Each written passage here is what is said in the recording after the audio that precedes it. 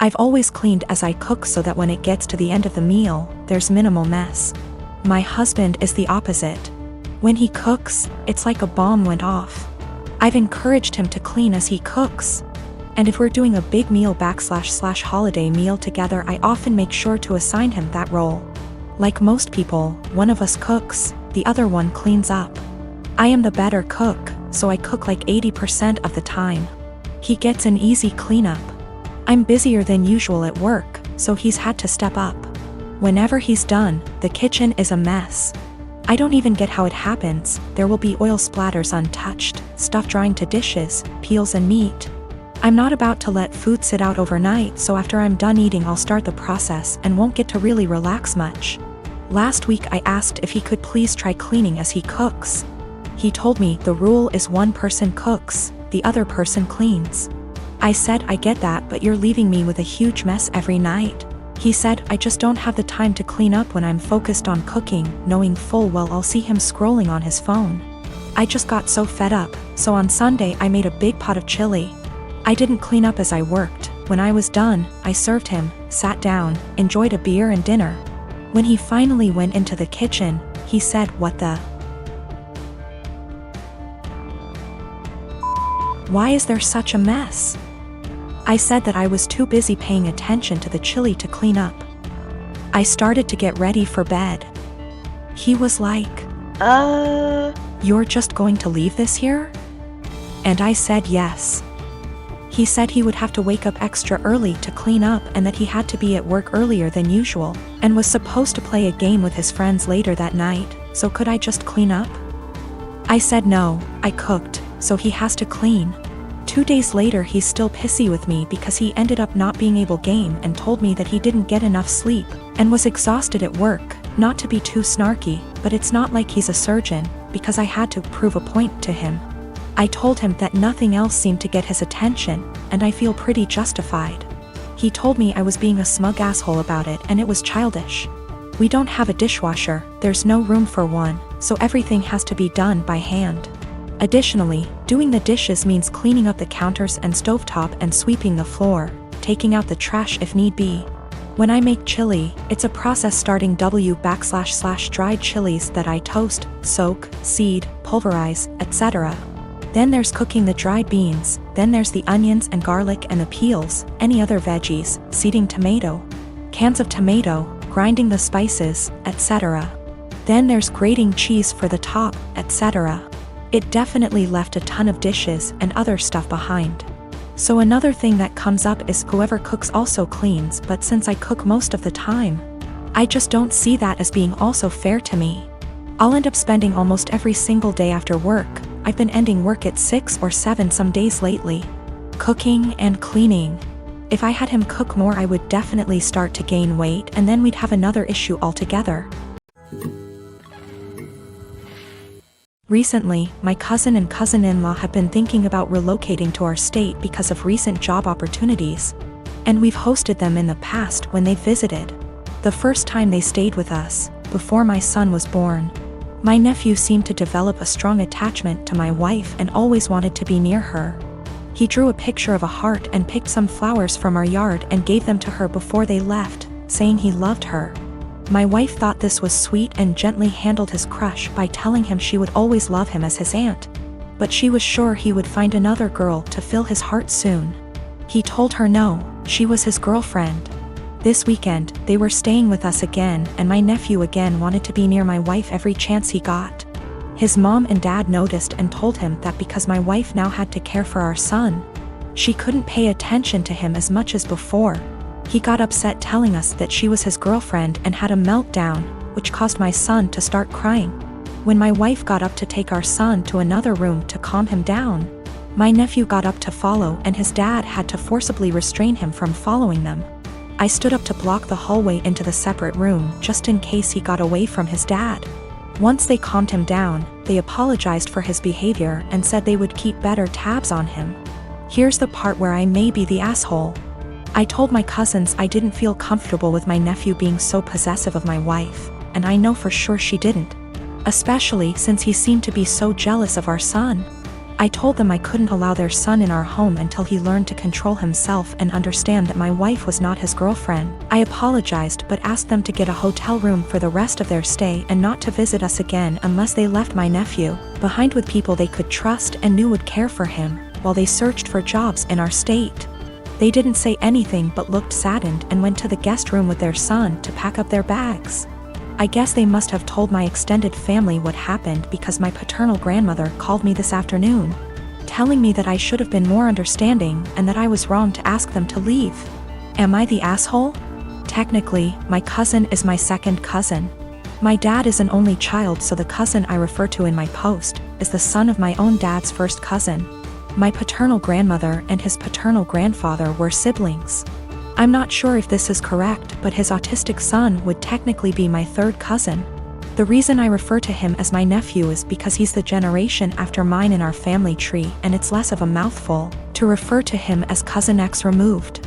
A lot of people have posted that it's not correct to refer to him as my nephew, but to be frank, I don't care.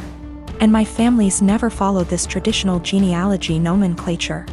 Without being specific, in the Western state I was born and grew up in, it's not uncommon to refer to even close, unrelated adults as uncles or aunts. I call him my nephew because my cousin and I were close, and I still hope to have a close relationship with him if at all possible. Though I don't know how after this situation. Some have asked if I was jealous of my nephew calling my wife his GF. The first time, I thought it was amusing and was surprised that he had any romantic notions towards anyone, let alone my wife. Remember, in my mind he's my nephew, and I never thought of him as anything other than a large kid because of his developmental delays and normal, for him, childlike behavior. Regarding the situation that happened this weekend, I was only concerned for my wife and son's safety. I didn't know how he would react and followed my cousin's lead, but wasn't about to let him get near my wife and son once they left the room. I don't know what was said to my paternal grandmother, but I don't want to react in anger and want to talk to my cousin once we've both had time to process what happened and calmed down. My son is almost 17. This Christmas we bought him an expensive computer gaming chair, as he plays a lot of online multiplayer shooters.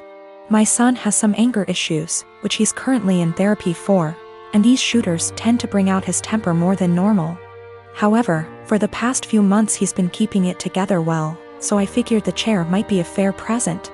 I was wrong, because the day after Christmas he was gaming, started to have bad luck. He was losing his patience. This culminated in him screaming insults and then picking up his chair and slamming it into the ground, breaking the back of it. After talking him down, we had a very serious conversation about him no longer being allowed to play multiplayer games while under my roof until his therapist feels comfortable with his progress, talked about coping mechanisms, etc. However, I made it very clear this was unacceptable and he would be grounded. We've had these heart-to-hearts many times, so it's not like every time he has an outburst I'm making light of it. It's a serious issue and treated like such. However, when he came to me later that day and told me he'd like me to replace the chair because it was a gift, he really liked it and it would only be fair, the frustration, disbelief and disappointment in his behavior boiled over, and I started laughing hysterically. As in a full laughing fit, barely able to breathe or talk. The more he'd plead his case, the harder I'd laugh, repeatedly asking him how it was fair in his mind to have me replace a gift I paid for that he broke in anger. This obviously pissed him off more, which led to him getting emotional, but I just couldn't seem to stop myself. I tried walking out of the room and asking him to drop it, but every time he'd say, "But I need a chair," or "What am I supposed to do now?" I'd laugh again. I tried explaining that I'm not laughing at his feelings. I'm laughing at how absurd it is for him as a teenager to expect me to replace he can't be bothered to treat with respect, and then whine about it when he broke it. He's still pissed about it, and feels slighted. I feel bad for laughing, and honestly wonder if I had some sort of mini stress break myself.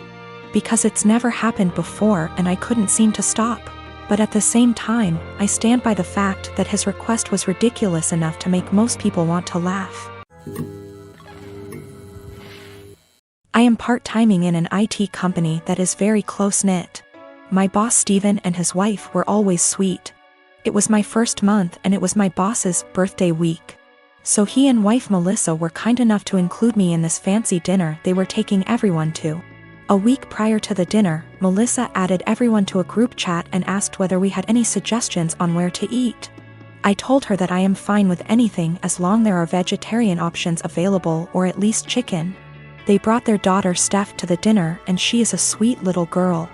Now Steph was really interested in me and she kept on asking me questions about how I look the way I look. Now I am short, 5 feet, but can be somewhat deemed as fit to today's generation. I was transparent with her and told her that I don't restrict myself to certain foods but rather eat everything in moderation. Plus I have a plant-based diet and home-cooked meals so that helps, and I also lift weights. Now Melissa overheard our conversation partially. She pulled me aside and told me that Steph was recovering from eating disorder, so she encouraged me to be honest with her and not lie to her and not to order anything that screams diet. When I saw the menu, there were little to no vegetarian options available. It didn't have anything for me. I was very disappointed and made a comment that, oh wow, there are no vegetarian options. Melissa chimed in and said that eating meat once in a while won't affect my weight. Now, when I say plant-based diet, it's not that I don't eat meat, but I only eat chicken maybe once a week as a side dish, and certain types of fish occasionally, but other than that I mostly eat vegetarian dishes. My food habits are not for my weight, but for my religion / culture. It has nothing to do with my weight. When the waiter came in, I was still glued to my menu when all the others had already ordered. Melissa said that oh she will have the duck too, and I interrupted and said that no, I will have the garden salad. I hate salads, but there were no other veg options. Melissa got quiet.